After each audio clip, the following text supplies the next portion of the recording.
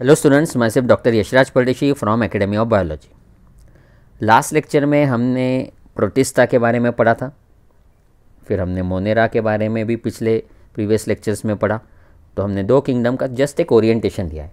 बेटा ये नोट्स के मदद से मैं सिर्फ आपको एक ओरिएंटेशन दे रहा हूँ जो हमें आगे पढ़ना है। एक बेसिक फाउंडेशन हम क्लियर कर रहे हैं, बेसिक कंसेप्ट आपके क्लियर कर रहे हैं, ठीक है। तो आपको ये जो 10-15 मिनट्स के जो वीडियो लेक्चर्स है वो देखना है, उसे समझना है। कुछ डाउट्स आते हैं तो पूछना है हमें, लेकिन आपको मेन फोकस करना है आपके 10th बोर्ड एग्ज़ाम की प्रिपरेशन पर, क्योंकि that is your first goal. उसके बाद हम जैसे ही आपकी एग्ज़ाम्स हो जाती है, उसके बाद कोर सिलेबस जब स्टार्ट होगा, जब हम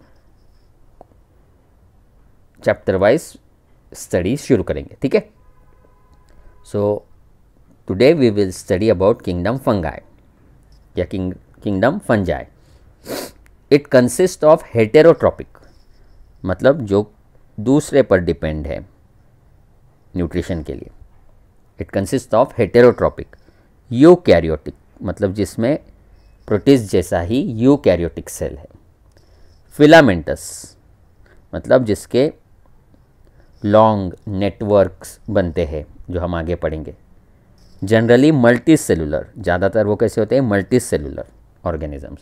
So kingdom fungi consist of heterotropic, eukaryotic, filamentous, generally multicellular organisms having specialized structure called mycelium. तो उनमें mycelium नाम का specialized structure होता है, जो मैं आपको डायग्राम के मदद से बताऊंगा। हाइफा नाम का स्ट्रक्चर भी उनमें होता है, जो स्लेंडर थिन लॉन्ग स्ट्रक्चर है, और हाइफा के नेटवर्क को, उसके ब्रांचिंग को कहा जाता है माइसेलियम। तो एक हाइफा, दूसरा हाइफा, तीसरा हाइफा, ऐसे बहुत सारे हाइफे जुड़ के माइसेलियम बनाते हैं। दिस इज हाइफा, जिसे मैं लिखता हूँ 1। रेड कलर का जो डॉट है that is nucleus. So Haifa is a long thin slender मतलब थिन स्ट्रक्चर, और बहुत सारे हाइफा मिलके नेटवर्क ऑफ हाइफा, जिसको मैं डायग्राम 2 लिखता हूँ, दैट इज माइसेलियम।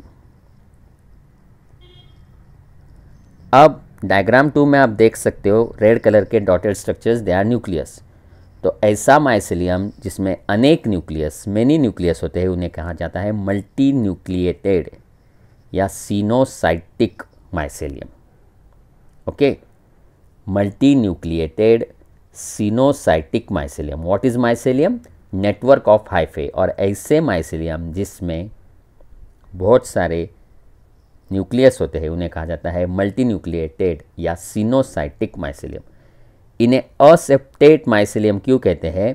क्योंकि डायग्राम 3 में आप देख सकते हो, अगर माइसेलियम में ऐसे सेप्टा रहे या पार्टीशन रहे, क्रॉस वॉल्स कॉल सेप्टा या partition, so that is septate mycelium. Diagram 3। Diagram 2 में आप देख सकते हो ये येलो कलर के पार्टीशन या सेप्टा नहीं है, डायग्राम 3 में वो है। तो ऐसे माइसेलियम जिसमें पार्टीशन या सेप्टा या क्रॉस वॉल रहते हैं, उन्हें कहा जाता है सेप्टेट माइसेलियम, और जिसमें नहीं रहते हैं उन्हें कहा जाता है असेप्टेट माइसेलियम।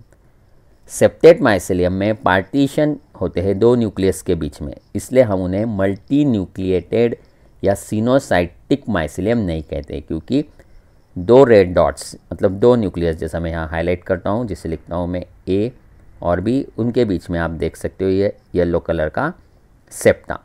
तो जो दो न्यूक्लियस को सेप्टा सेपरेट करता है, तो ऐसे माइसेलियम को कहते हैं non multi nucleated. These are not multi nucleated but they have septa.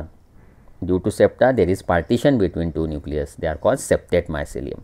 तो diagram 2 aseptate mycelium, diagram 3 septate mycelium. तो ये हमें यूज़फुल रहेगा जब हम पढ़ेंगे kingdom fungi in the topic of biological classification during our core syllabus.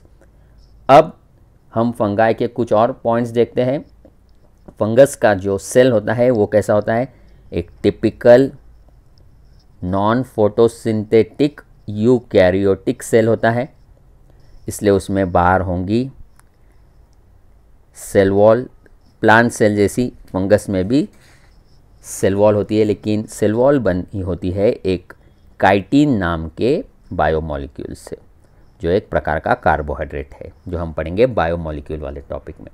तो क्या फंगस में सेल वॉल होती है? तो आप कहोगे yes, cell wall is present in the organisms belonging to kingdom fungi and it is made up of chitin, and chitin is a type of biomolecule, it is a type of carbohydrate। Plant की cell wall जब हम पढ़ेंगे आने वाले lecture में, वो बनी होती है मेनली सेलुलोज से, सेलुलोज नाम के कार्बोहाइड्रेट से। वैसे फंगस की सेल वॉल बनी होती है काइटिन नाम के कार्बोहाइड्रेट से। फिर inner to cell wall there is plasma membrane, that is also called cell membrane. फिर वेल डिफाइंड न्यूक्लियस इसमें होता है, न्यूक्लियस में chromosomes in the form of DNA in the form of chromosomes. फिर डीएनए को pack किया जाता है, वो सब हम पढ़ेंगे कोर सिलेबस पढ़ते वक्त। ये पर्पल कलर के जो डॉट्स है, दैट इज़ जिसे मैं आर लिखता हूँ, that is ribosome. Yellow colour का जो है जिसे मैंने एम लिखा है माइटोकॉन्ड्रिया, इसे वी लिखा है वैक्यूल। ये है एंडोप्लाज्मिक रेटिकुलम जिसे मैं ई आर लिख रहा हूँ। तो ऐसे various cell organelles, membrane bound cell organelles typical fungus cell में दिखते हैं, क्योंकि fungus is a eukaryotic organism. फिर क्लासिफिकेशन ऑफ फंगस, बहुत डिटेल में हमें पढ़ना है इसे ड्यूरिंग कोर सिलेबस। अभी सिर्फ आप नाम याद रखो अपने सिलेबस के लिए। Class phycomycetes, class ascomycetes, class basidiomycetes, class deuteromycetes. तो ये आपको लर्न करके रखना है। आने वाले टेस्ट में जब मैं आपको, हम डेट डिक्लेयर करेंगे टेस्ट का, एक छोटा सा टेस्ट लेंगे, उसमें हम आपको ये सब पूछेंगे एग्जाम्पल्स ऑफ वेरियस क्लासेस।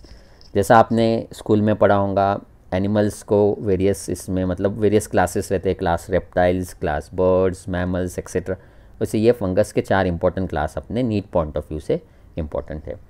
उनके एग्जाम्पल्स देख लेते हैं। फाइकोमाइसिट्स में राइजोपस नाम का और म्यूकर नाम का फंगस, ये एक्वेटिक हैबिटेट में रहते हैं, वाटर में रहते हैं। What is habitat?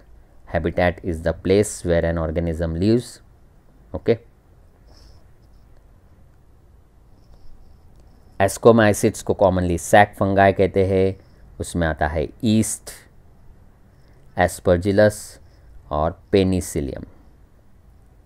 ठीक है, इस लेक्चर के लास्ट में मैं आपको ईस्ट और पेनिसिलियम के बारे में कुछ पॉइंट्स डिस्कस करूंगा। अभी के लिए आप ये 3 एग्जांपल्स याद रखो। एस्कोमाइसिट्स में ईस्ट, एस्परजिलस, पेनिसिलियम। क्लास बेसिडियोमाइसिट्स में आता है मशरूम, जिसका साइंटिफिक नेम है एगेरिकस। आपने सुना होगा mushroom. It is a edible fungus. Edible मतलब जो फंगस को कुछ लोग एज अ फूड यूज़ करते हैं, that is called edible fungus. Commonly these are also called as bracket fungi. अब इन्हें ब्रैकेट फंगाई क्यों कहते हैं, इनका स्ट्रक्चर कैसा होता है, ये सब हम बायोलॉजिकल क्लासिफिकेशन वाले टॉपिक में पढ़ेंगे।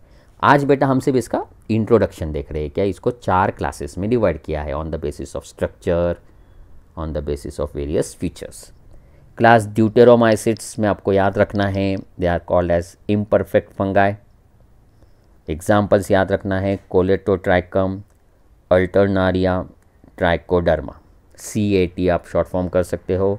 C for Colletotrichum, A Alternaria, T Trichoderma. तो ऐसी गलतफहमी या मिसअंडरस्टैंडिंग हो सकती है कि ये नोट्स में से हम लाइन टू लाइन से पढ़ रहे हैं, तो वैसा नहीं है बेटा, क्योंकि ये लाइन टू लाइन हमने इसको समराइज़ करके आपके फाउंडेशन के लिए बनाया है, इसलिए हम लाइन टू लाइन एक्सप्लेन कर रहे हैं जस्ट क्योंकि ये फैक्चुअल पॉइंट है, आपको याद रखना है। फाइकोमाइसिट्स का एग्जाम्पल राइजोपस और म्यूकर है, इसमें कोई एक्सप्लेनेशन नहीं है।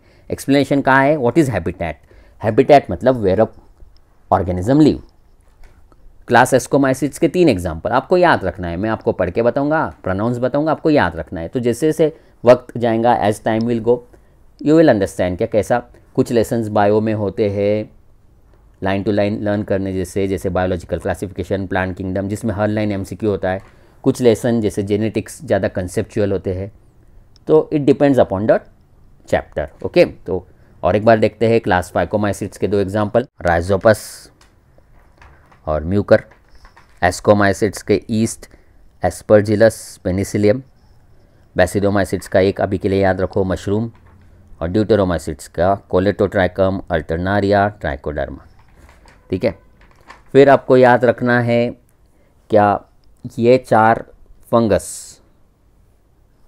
के अलग अलग यूजेस हमें बायोलॉजिकल क्लासिफिकेशन वाले टॉपिक में पढ़ना है। अभी आपको एनसीईआरटी रेफ़र करने की कोई आवश्यकता नहीं। जब हम कोर सिलेबस शुरू करेंगे, जब हम लाइन टू लाइन एनसीईआरटी पढ़ेंगे, line to line NCERT explain करेंगे। अभी आपको सिर्फ अपनी ये नोट्स और ये वीडियो लेक्चर्स देखना है और वैसा पढ़ना है।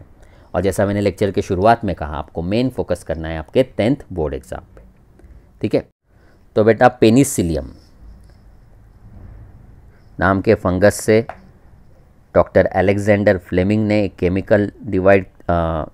केमिकल डिस्कवर किया, उसे कहा गया penicillin, and it is a very very important antibiotic. वो वेरियस बैक्टीरियल इन्फेक्शन को क्योर करने के लिए यूज़ किया गया और उन्हें उसके लिए नोबेल प्राइज़ भी मिला। अब ये पेनिसिलियम का आज हमने फाउंडेशन कोर्स में जस्ट एक इंट्रोडक्शन देखा, क्या वो एक फंगस है, और आज हमें पता चला जैसा हमने पढ़ा वो कौन से क्लास का फंगस है, एस्कोमाइसिट्स का, सैक फंगस है। अब पेनिसिलियम के बारे में हमें पढ़ना है बायोलॉजिकल क्लासिफिकेशन में। फिर हम डॉक्टर फ्लेमिंग ने कैसा डिस्कवरी किया वो हम पढ़ेंगे माइक्रोब्स इन ह्यूमन वेलफेयर वाले टॉपिक में, माइक्रोब्स इन ह्यूमन वेलफेयर। फिर पेनिसिलिन एक एंटीबायोटिक डिसीज़ को कैसा क्योर करता है वो हम पढ़ेंगे, शॉर्ट में लिखता हूँ बेटा, ह्यूमन हेल्थ एंड डिसीज़ में।